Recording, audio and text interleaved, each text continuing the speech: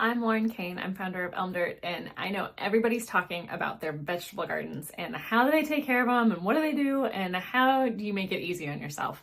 And so that's one of the things I wanted to talk to you guys about today. Was there's so much to vegetable gardening, and as you're just getting started out, it's easy to make mistakes and have plants die, and it's really easy to get discouraged, and I don't want you to, because growing your own food is just so much fun.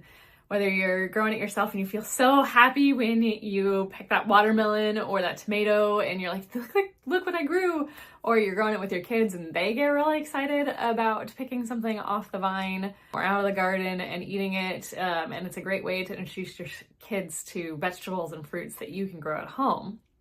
But it's not always so easy to get started gardening. So one of the things you can do to really help yourself is make sure you're using good quality soil that's not clay, that doesn't have weed seeds in it, that is gonna really set you up for success. So definitely using some compost and a mix of some other stuff in there can really, really boost your harvests and really make it easier on yourselves.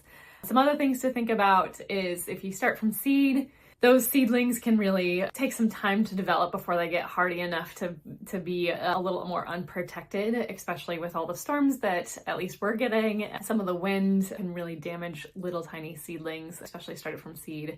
And remember, not all of your seeds are going to sprout or germinate. And one of the ways you can boost that is by using our plant juice, and that'll help boost how many seeds germinate and how fast they germinate, so you get stronger plants faster.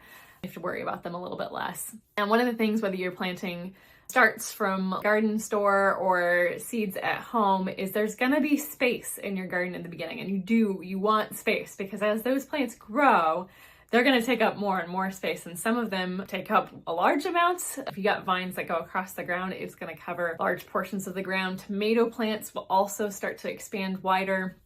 And there's all sorts of ways that you can run into an overcrowded garden situation. And overcrowded is sometimes good, sometimes it can limit your harvest. But if you're looking at the seed packet and you pay attention to the spacing that you're supposed to have, you'll get pretty close. You don't have to be exact, but pay attention to that, because it'll tell you how big those plants get when they are grown up. The other things you should pay attention to are companion plants, and there's also plants that don't like to be next to each other.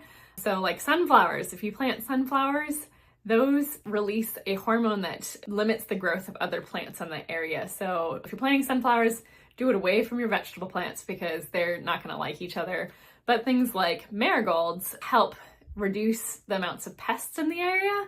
So this can be really beneficial. Tomatoes and basil is really good to plant next to each other as well. Even tomatoes next to jalapenos can make the tomatoes a little bit spicier. So there's all sorts of great companion plants, and also some plants that you should stay away from those combinations. And if you want to know more, we have a school community. Our Elm Dirt School is where we'll share videos. We've got a course, and people are sharing their knowledge in there as well. And if you have questions, feel free to ask them. We'll personally answer those for you. So you can take a picture of your garden and be like, what is going on with these plants? Will help you out.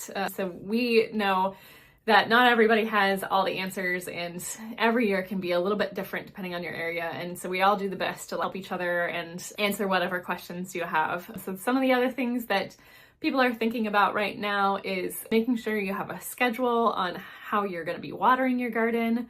Also making sure you're checking your plants for bugs and getting ahead of any problems. So squash bugs tend to attack squash plants later in the summer, and so that's something, if you can get a hold of it before it becomes a problem, that's a really beneficial thing. Our kaolin-based spray Shield helps prevent them from infecting your plants and really becoming a big problem.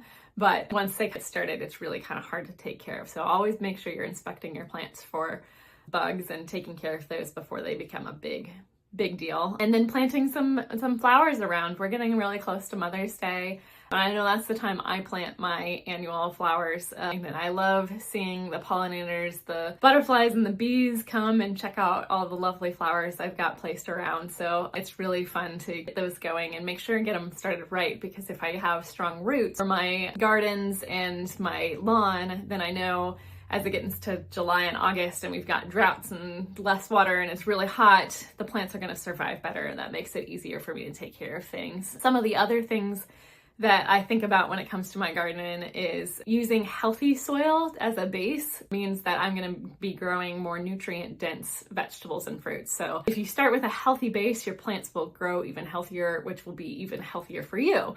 So there's so many tips and tricks out there for gardens, and even if you follow all the tips and tricks doesn't mean that your garden is going to be absolutely perfect. So be sure that you just stay positive and keep going.